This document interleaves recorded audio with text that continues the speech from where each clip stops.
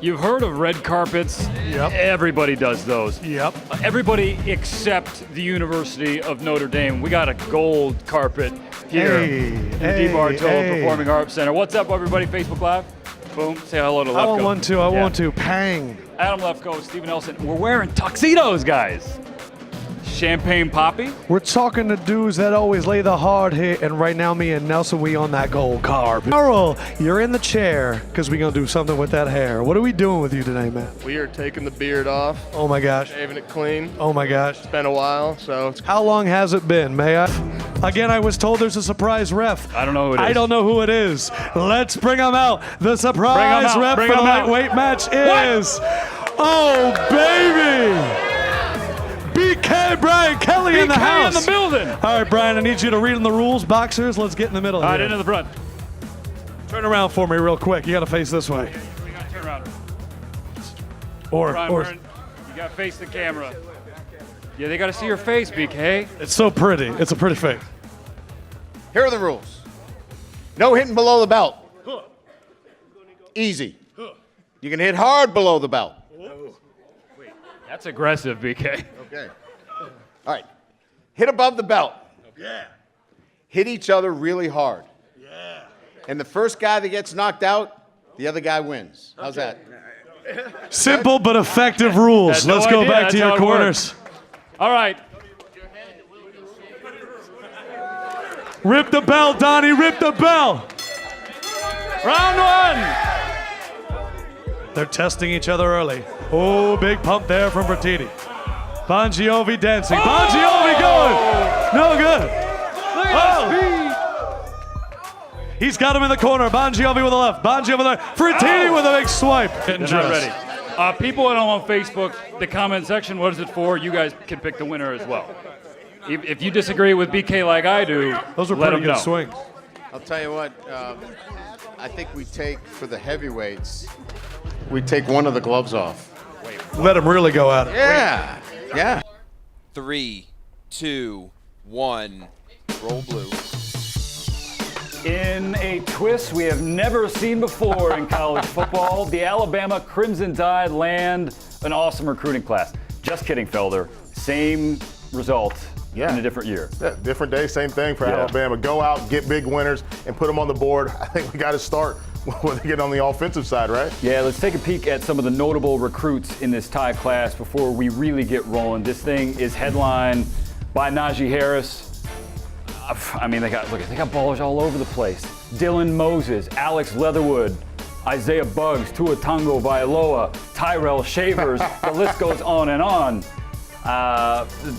But Tua, I know you've been critical of the quarterback spot at Alabama. You want to see a little bit more, seeing a guy who can push the ball down the field. They got two in this class in Tua and Mac Jones. But Tango Vailoa is the guy you think is the future. Yeah, I like Mac Jones. He's going to push, but Tua to me is the guy that's going to and he's on campus right now. He's on campus now, which is a big thing. He's going to push Jalen Hurts. And I think, don't take this lightly, Tide fans. This isn't a knock on Hurts. It's talking about Tua as a guy that I've never seen someone make such big improvements in their game in such a small amount of time. He's worked on his footwork. He's got a strong arm. As strong an arm as Hurts. He can push the ball down the field. He can fit it in the tight windows.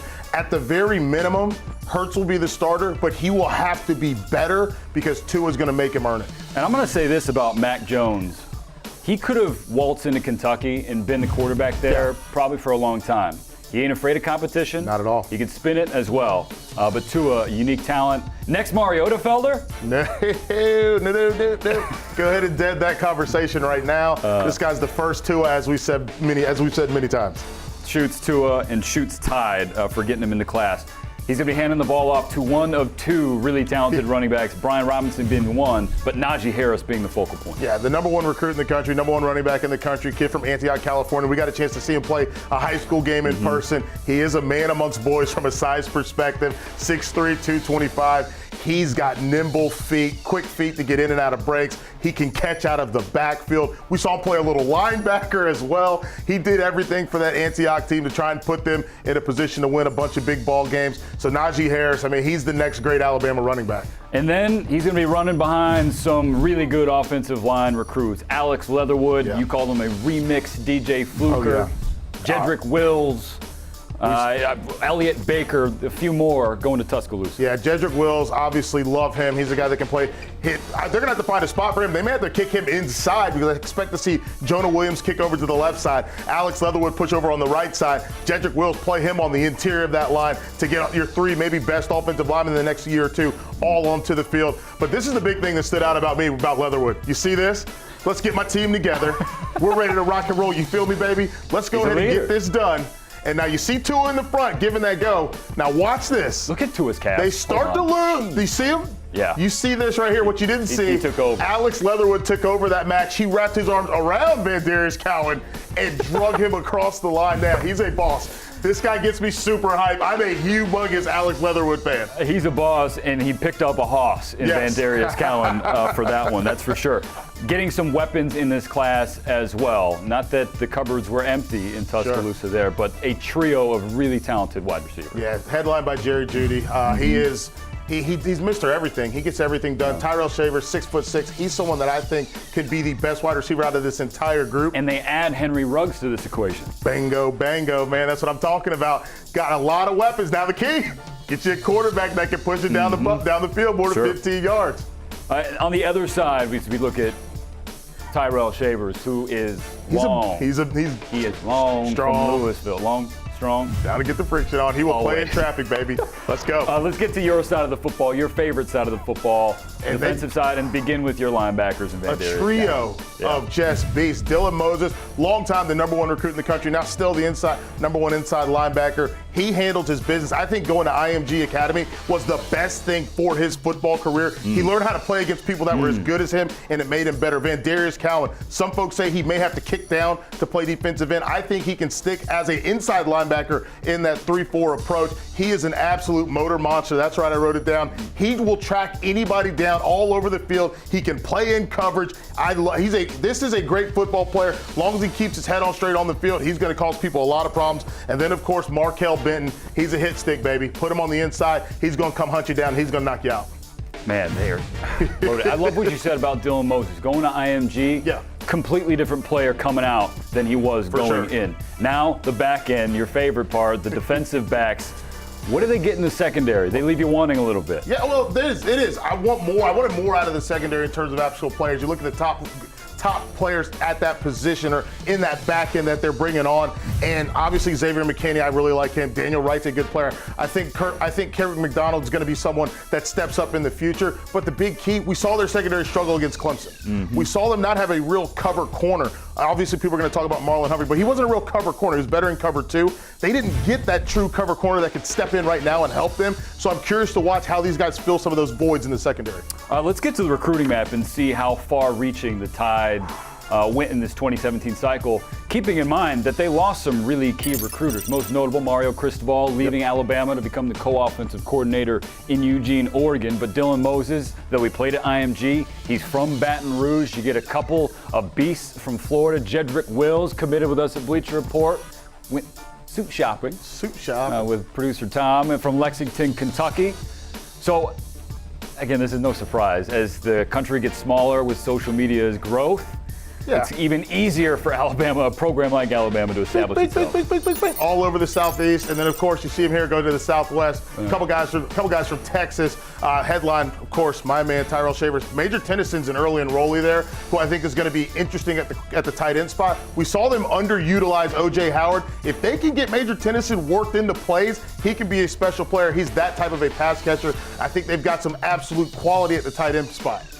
And then if you go out to the way west, the best coast, as I call it, then you have Najee Harris, the number one running back in the country from Antioch, California. And then if you go way out there. Way west coast. Yes. The westest 12 coast. hours from us here in New York City, the 808 represent Tua Tagovailoa, the true dual threat quarterback who pledged to the Tide and is now on campus with Najee early, along with Leatherwood, Vandarius. So they got some guys in the boat already. Felder, a grade for this year's class at I Alabama. mean, it's a no-brainer. You got to give them an A. Okay. You look at this, I think they've got their quarterback of maybe the now, but certainly of the future. Wide receivers, one of which I think could be the best of the group. And then you throw in the Leatherwood on the defensive side, linebackers for days. Only thing they're missing is, to not make this a plus, is maybe a shutdown corner. But ultimately, Nick Saban, what are you going to do? Fault him for that? This is an A class. They get LeBron Ray on signing day, Boom. Jerez Parks as well. In fact, the long snapper in this class is the #1 rated long snapper in the country. Alabama did work again.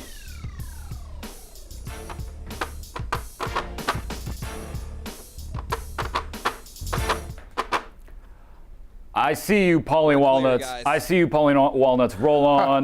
Seth Parks, okay, move on. We're going streaming right now. The streamers for Week 16. If people are in a tough spot in a clutch, important week, who can they go to right now? Maybe they've been streaming all year long at some of these positions. Producer Jake is the one of those only guys. one. It's really the only guy I would take a look at as a streamer, and that is Matt Barkley. Why? He's been a volume quarterback for the Chicago Bears. He's averaging 37 attempts, more than 270 yards in his 4 starts. Not a bad matchup against the Washington Redskins. Look, Cameron Meredith's playing well. Jeffrey is back. And yes, you have Jordan Howard back there as well. He's been better than expected. His performance over the last month will probably keep him in the NFL for about a decade as a backup. But from a volume standpoint, you're talking yardage. This has been one of the busiest quarterbacks, one of the most productive quarterbacks in terms of yardage over the last month. He's up there with some of the best names in football. So if you're reaching deep, you could take a shot on Matt Barkley against the Washington Redskins. Hopefully, though, you're a little bit better at quarterback in your fantasy championship game. Hashtags, one from Tanish, Woward Howard, and the other one from Brian,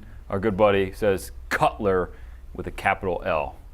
Oh, that's good. Jay's taking a loss. Maybe the next Jets quarterback, Jay Cutler? Marcus Frederick, hashtag Barkley for the win. Tanish also submitting David Johnson for the MVP award. We'll see if DJ actually gets it. All right, so Barkley, your first streaming option. Now we go to the defensive side of the Feel football. a little bit better about these. The Chargers defense against, of course, we follow them around all season long. The Cleveland Browns still giving up a ton of points, sacks, fumble recoveries, interceptions. They're all there for you. And the Chargers have a pretty solid defense. That's kind of been overlooked this year because of all the injuries they've had. But this is a pretty good defense. The job Pagano has done there cannot be overlooked. He's the better Pagano in the coaching ranks right now. So I do like them against the Browns, whether it's RG3, whether they make a change. We know we like following around this matchup, Chargers against the Browns. Real quick at the quarterback spot, Jessica Simmons goes, hashtag what about Savage? Do you dare play Tom Savage in Week 16? I think you're taking more of a chance there. I know we have a month of a body of work. We have a half of Tom Savage, 2.5 quarters of Tom you're talking Savage. about Barkley compared. Yeah, Gotcha. but Barkley's got a month, and I know he's got to throw, and they're not great. The thing is with Houston, Stephen, is their defense is still pretty good. So not as much reason for Savage to have to throw. Chicago's had their defensive issues. They've fallen behind. I think that'll happen against the Redskins. All right, so go Chargers. This is a very widely available defense. Somebody said earlier, hashtag anybody against Cleveland. We've learned that. All right, next up on the streaming options for defense.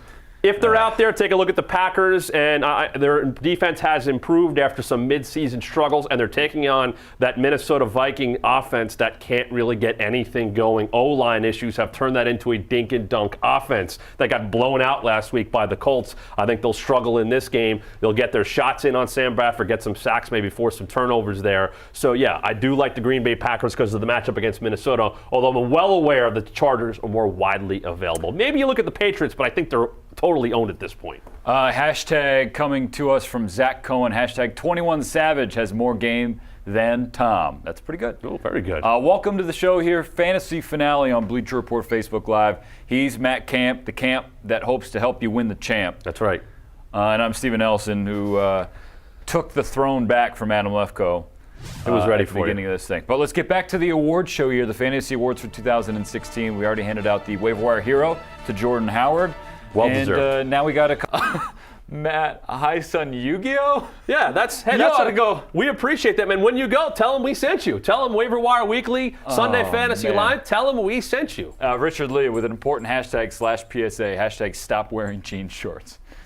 Pretty good, pretty good. All right, we're going to get to your questions later, so continue to send those in the comment section. But for now, it's the sleepies, the deep sleepers for championship week. There he is again. I've told you about Matt Barkley, deep sleeper against Washington, looking for the volume. Look, he might throw a couple interceptions, but there probably could be a couple of touchdowns along with that, and probably 270 to 280 yards in that game. Playing from behind, I think they will. They'll be throwing a bunch anyway. That's what you want to do against Washington. So if you're reaching real deep, you can take a shot on Matt Barkley. Before number 4, Josh Martin asks, was that Triumph the insult comic? Oh, that was pretty good, too. That's a good reference there. All right, continue with the sleepers. All right, you're not pooping on these sleepers. Let's keep moving here. Number 4 here, you've got your quarterback, and now Charles Clay of the Buffalo Bills, the most productive Buffalo Bill in the receiving corps for the last 2 weeks, is this guy right here. I had him on my waiver wire pickups last week, and you're going to take a look at him this week against the Miami Dolphins, one of the best possible matchups you can have for a tight end over the last month. He has scored in each of the last 2 weeks. He's actually had better fantasy numbers as a whole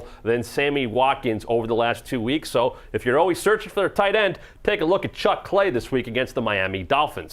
Great comment. Jack Napier, the tears are rolling. That's pretty good. Thanks for watching here on the fantasy finale. Josh Martin with the crying, laughing emojis. Wait, scroll up. Another good one. To Yang, I think I want to call that number. You ought to go. Call him up. Tell him who sent you. Listen. Tell him Triumph sent you, I guess. You see that beautiful face? The opportunity to meet that, kiss that, and get some shawarma?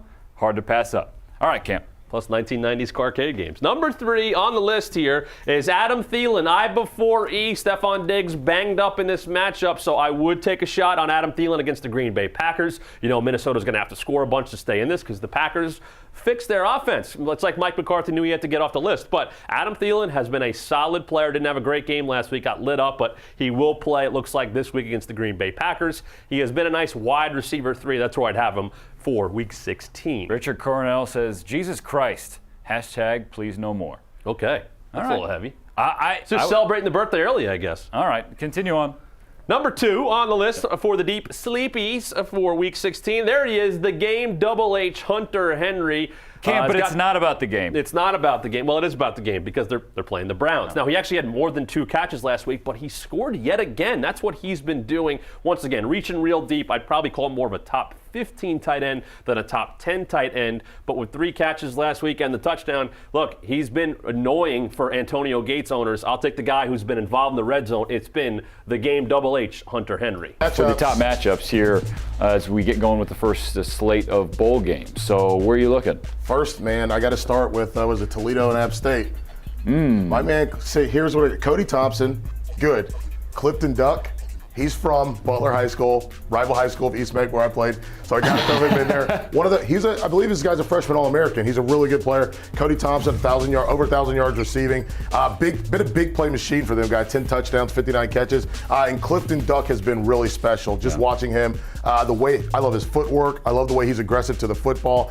You see, obviously, the 8 pass breakups, the 5 interceptions. He started from day one in terms of putting on a show when we saw him against Tennessee, and he has not looked back. This guy is a really big-time player. Looking forward to seeing what he does against Cody Thompson.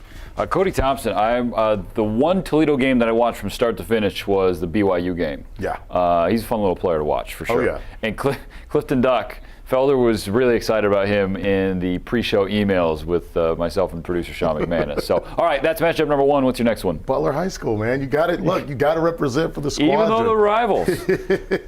704, baby. There it is. Next up here, we got Riley Ferguson, also from Butler High School, going up against Western Kentucky's defense. Riley's a guy that has been getting it done for Memphis. Obviously, you see him there running, but I love the way that he pushes the ball vertically with his arm. He can move the ball around. He finds his targets and does a really good job against Western Kentucky, a Western Kentucky team that on the defensive side has found ways to make some plays and frustrate some teams. So I look at this, and this is one of those matchups where you're going to get to see some good football be played. I'm looking forward to it, Nelson. All right, as we move on here on BR Before Dark, get going into bowl season, Felder. Don't stop now. Also, we got one more. Okay. You do this one, because I like Craig Bowl. Yeah. I like him, but I know you like Kalani. I love Kalani Sitake.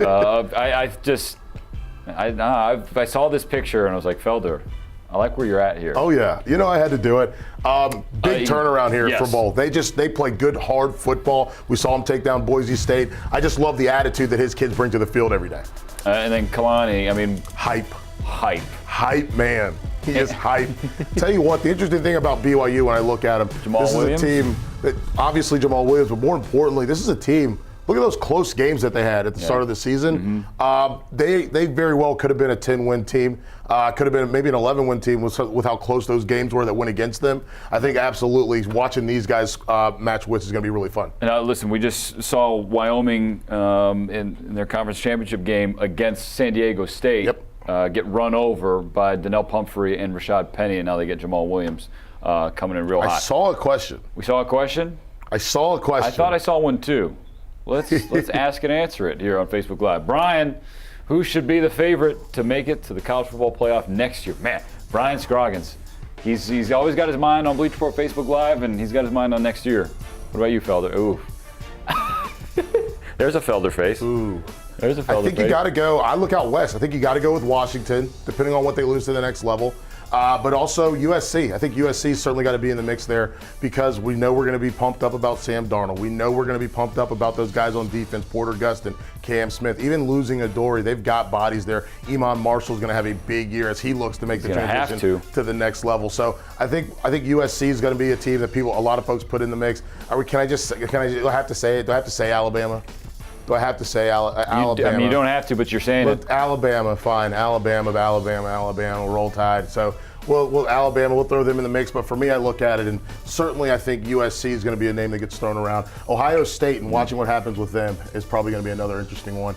And then we'll see what we get out of Clemson from the quarterback standpoint, because everything else on that team should be looking really, really good. We got a comment from our beloved producer Connor Rogers, who just produced us on NFL Draft Live here on NFL Draft Live Marathon. Eclipsed the hour mark on NFL Draft Live, which has never happened before. Says the Wyoming BYU game is the Josh Allen Jamal Williams Bowl for you NFL draft fans. Josh Allen being the quarterback for Wyoming that a lot of draft Twitter or draft internet seems to be in love with. Next question here on BR Before Dark.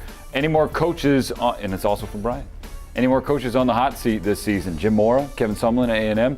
Now, I've had this guy on the hot seat since before the season started. Truly. Yeah. Since before the season started. Every year, people hop on the UCLA bandwagon. Every single year. And you know why I don't? It's because this guy's the head coach. Look, I've never said he couldn't recruit because he's getting good players. We just had one of them come through the office in Jalen Phillips. He can coach too. He just can't. Here's the thing for me. Jim Moore is a hell of a football coach when it comes to producing talented players that are ready to play at the next level. He does that. I don't know if he's a great game coach. Let me rephrase that. I know he's not a great game coach. Okay. And I think that's the big thing for me. He's a good teacher on an individual level. His players come out far better than when they get there. And I'll tell you, NFL guys love, give me his players. But you got to win football games, and that's what he's not doing. Listen, and I do not want to gloss over what he's done for the program at UCLA. Competing with USC is not an easy thing to do. There's no bones about it in terms of college football. And he's put the Bruins on a different platform. Yes. He's done a lot off the field. And the passing of Nick Pasquale, and Jim Moore handled that with utter class. I'm just talking about him as a football coach in the game. Like to answer the actual question, if your coach isn't fired by now, you're not going to fire him. I mean, that's pretty plain and simple. This hashtag came to us from David Pelt, I want to say. Canaranda. Talking about the coordinator tandem Coach O has. He needed a good staff. He needs a good staff. And check. Yeah, he's got a good staff, so let's see what they can do. Also, let's scroll down. Or no, you're good there. A Nimish, go up a little bit, SWAT team. Oh, there it is. Most underrated college program this year. Nimish Serene, thank you for the question. Ooh. Underrated. I think Washington. Because people don't watch them. I think Colorado, they don't appreciate Washington. Right, and I think that's part. I think they're underrated because people legitimately are talking about them like they don't deserve to be in the playoff. So I think that counts as underrated. I think if you want to dig a little bit deeper, I think Colorado would fit into that same vein. But you know what? Let's go Oklahoma State. I think that they are. We talk so much about Oklahoma and Baker Mayfield and D.D. Westbrook, and look at Bob Stoops and Big A Bob, but that's a team that's going for 10 wins when they play Colorado this weekend. So I think when they play Colorado, in their bowl game. So I think I'm going to go with Oklahoma State. Often underrated, often underappreciated. All right, a couple more questions before we send Felder home. He's not moving here. Real quick, you wanted this question from Brad. Here we go. Do you think Washington watching tape of LSU versus Bama game is smart for the Huskies? Yeah. It's not the only game they're watching, but yeah, it's absolutely smart. I mean, it's going to